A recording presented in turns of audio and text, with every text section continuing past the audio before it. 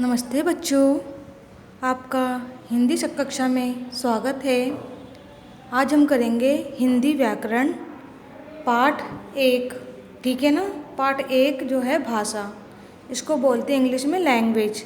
ठीक है, तो आइए शुरू करते हैं। इसमें दिया हुआ है, यह हमारे घर का चित्र है। देख रहे हो ये चित्र, पिक्चर दिख रही है, इमेज आपको। हमारी दादी प्रतिदिन घर के सभी बच्चों को कहानी सुनाती है। ठीक है, ये दादी माँ बैठी है और ये बच्चे हैं। ठीक है, इनको क्या कर रही है, कहानी सुनाती हैं। दादी क्या करती हैं, सभी बच्चे आज एक कहानी सुनेंगे। दादी कहती हैं सभी बच्चों से कि आज हम एक कहानी सुनेंगे। फिर सभी बच्चे कहते हैं हाँ दादी जी, आज हम एक राजकुमारी की कहानी सुनेंगे। ठीक है। फिर दादी बोलती हैं, पहले अंकुर सभी बच्चों के नाम बताकर परिचय कराओ। मतलब दादी जी कहती हैं अंकुर से कि जितने भी बच्चे बैठे हैं उनका नाम बताकर उनके बारे में जानकारी दो। ठीक है, जैसे आप लिखवाते हैं ना मैं हिंदी में मेरा परिचय, उस तरीके से अंकुर एक एक करके सभी के नाम बताकर परिचय कराता है। जो अंकुर है सभी बच्चों में से एक एक करके सभी के नाम बता के दादी माँ को बताता है। ठीक है ना, जानकारी देता है। अंकुर दादी से कहते हैं सबसे पहले बैठी है दीपिका। ठीक है, उनके साथ रजनी, फिर मयंक और शेखर बैठे हैं। वो कहता है कि सबसे पहले जो आगे बैठा है कौन है, दीपिका है। उनके साथ जो बैठी है वो कौन है, रजनी है। और फिर उसके बाद मयंक और शेखर बैठे हैं। उपरोक्त का मतलब है यही, वार्तालाप मतलब कहा। उपरोक्त का अर्थ होता है कहा और वार्तालाप का अर्थ है बातचीत। ठीक है ना। से दादी के विचार सुनकर अंकुर ने सभी का परिचय कराया। ठीक है, उनके बारे में जानकारी दी दादी को। ये समस्त कार्य भाषा के माध्यम से हुआ। ये सारे जो काम है भाषा के माध्यम से तो हुआ, उसने बोला तभी तो हुआ ये। दीपिका दादी, मातृभाषा क्या होती है। दादी से बोलती है दीपिका। ठीक है ना। दादी, हमारे परिवार में जो भाषा बोली जाती है तथा हमारी माँ जिस भाषा में बोलती है उसे हम मातृभाषा कहते हैं। जो हमारे परिवार में जितने भी लोग होते हैं, बातचीत जो करते हैं, और हमारी माँ जो होती है, जो हम जिस भाषा में हमसे बात करती है प्यार से, वो क्या कहलाता है, मातृभाषा कहलाता है। ठीक है।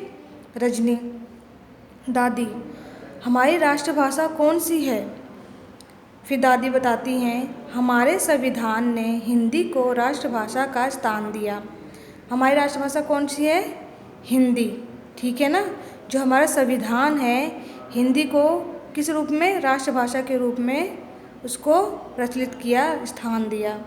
ठीक है। मयंक कहता है दादी से, क्या हमारे देश भारतवर्ष में हिंदी ही बोली जाती है।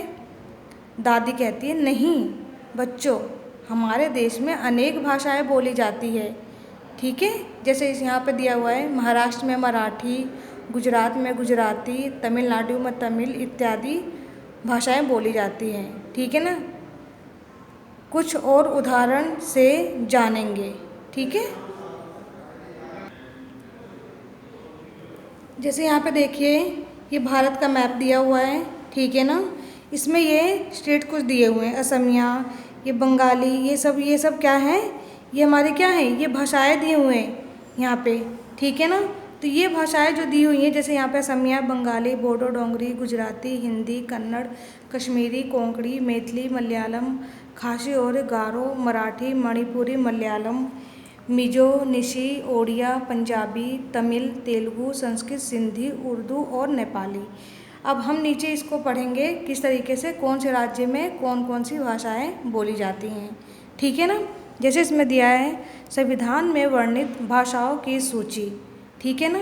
जैसे यहाँ पे राज्य दिए हुए हैं, ये राज्य कौन कौन से है, राजस्थान, और यहाँ पे ये भाषा का नाम, यहाँ पे राज्य है राजस्थान, इसकी भाषा क्या है, हिंदी। हिमाचल प्रदेश की हिंदी, पंजाब पंजाबी, हरियाणा हिंदी, दिल्ली में हिंदी, जम्मू कश्मीर में कश्मीरी, मध्य प्रदेश में हिंदी, बिहार में हिंदी। इसी तरीके से यहाँ पे दिया है पश्चिम बंगाल में बंगला, कर्नाटक में कन्नड़, आंध्र प्रदेश में तेलुगु, उत्तर प्रदेश में हिंदी, उड़ीसा में उड़िया, केरल में मलयालम, असम में असमिया और गोवा में हिंदी। ठीक है ना, ये कुछ राज्य थे और इनकी ये भाषाएं थी, इस राज्य में ये भाषाएं बोली जाती हैं। ठीक है ना, हर राज्य में अलग अलग भाषाएं बोली जाती हैं। अब देखिए आगे, भाषा के द्वारा हम अपने विचार दूसरों को तथा दूसरों के विचार स्वयं जानते और समझते हैं।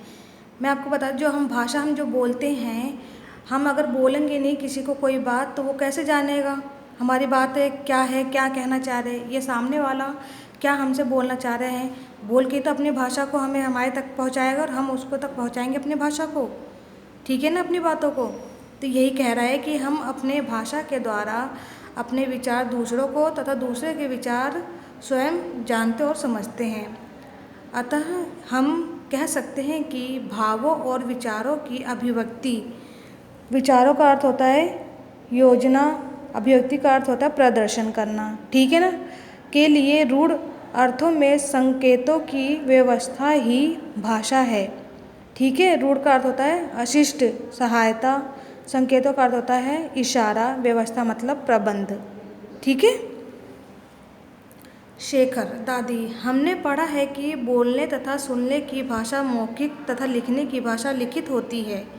ठीक है ना, ये मैंने पढ़ा है भी। दादी, शाबाश शेखर, आपने ठीक बताया। भाषा के दो रूप होते हैं, कौन कौन से? लिखित और मौखिक। एक तीसरा रूप जिसे हम संकेत कहते हैं, संकेत का अर्थ इशारा। ठीक है ना। सभी बच्चे एक साथ कहते हैं, हम समझे नहीं दादी। मतलब ये संकेत वाली भाषा उनके समझ में नहीं आती है कि क्या कहना चाह रही हैं दादी। दादी, आपने रेलगाड़ी में गार्ड को हरी झंडी या हरी बत्ती दिखाते हुए देखा होगा, इसे हम सांकेतिक भाषा कहते हैं। ठीक है ना, जैसे ये गार्ड है, आपको दिख रहा है ना ये, और ये रेलवे का गार्ड यहाँ पे दिया हुआ है हरी झंडी दिखाते हुए इमेज में, है ना। ये क्या कर रहा है? ये बोल तो नहीं रहा, चिल्ला तो नहीं रहा ना, ये इशारे से इस तरीके से अपनी झंडी को हिलाकर इशारे से बात कहना चाह रहा है। तो ये क्या कहलाता है? सांकेतिक भाषा कहलाती है। ठीक है, जैसे यहाँ पे दिया हुआ है मौखिक भाषा, लिखित भाषा और सांकेतिक भाषा। मौखिक भाषा में कौन कौन सी है? देखो यहाँ पे मोबाइल है, दूरदर्शन है और संगणक अर्थात कंप्यूटर है। ठीक है ना। लिखित भाषा में पुस्तक है, पत्रिका है और समाचार पत्र है। और सांकेतिक भाषा में यातायात पुलिस दिख रहा है ना ये इशारे करते हुए हाथ से, और यातायात के नियम हो गए ये, और नमस्ते या अभिवादन हम किसी से करते हैं तो इशारे में ही करते हैं। ठीक है बेटा।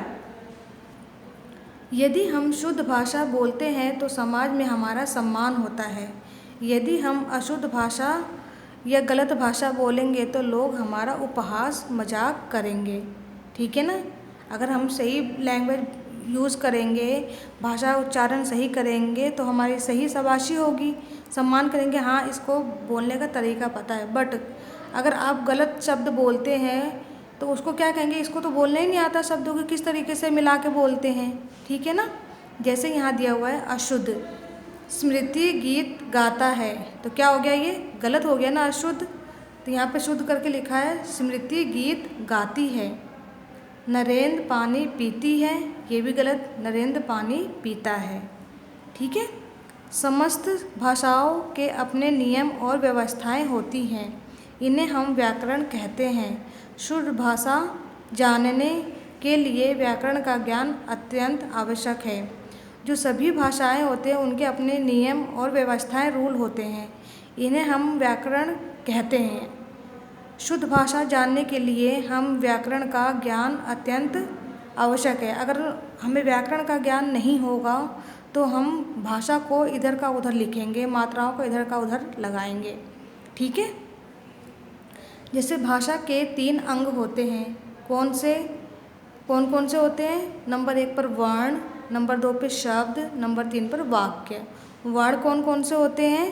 क, ख, ग। ठीक है। और शब्द कौन से हैं? जैसे कब, जल, नल, पल, हल, ये सब क्या हो गए? शब्द। 2 शब्दों को जोड़कर, दो वर्णों को जोड़कर बनाया गया शब्द कहलाता है। वाक्य जैसे आप कहाँ जा रहे हैं, आप क्या कर रहे हैं, ठीक है ना, ये वाक्य हो गया, सेंटेंस हो गया। ठीक है बेटा, ये पाठ आपको सारा समझ में आ गया होगा, ठीक है ना। आप ये पाठ को खुद अपने आप पढ़ेंगे और उसको समझेंगे, ठीक है।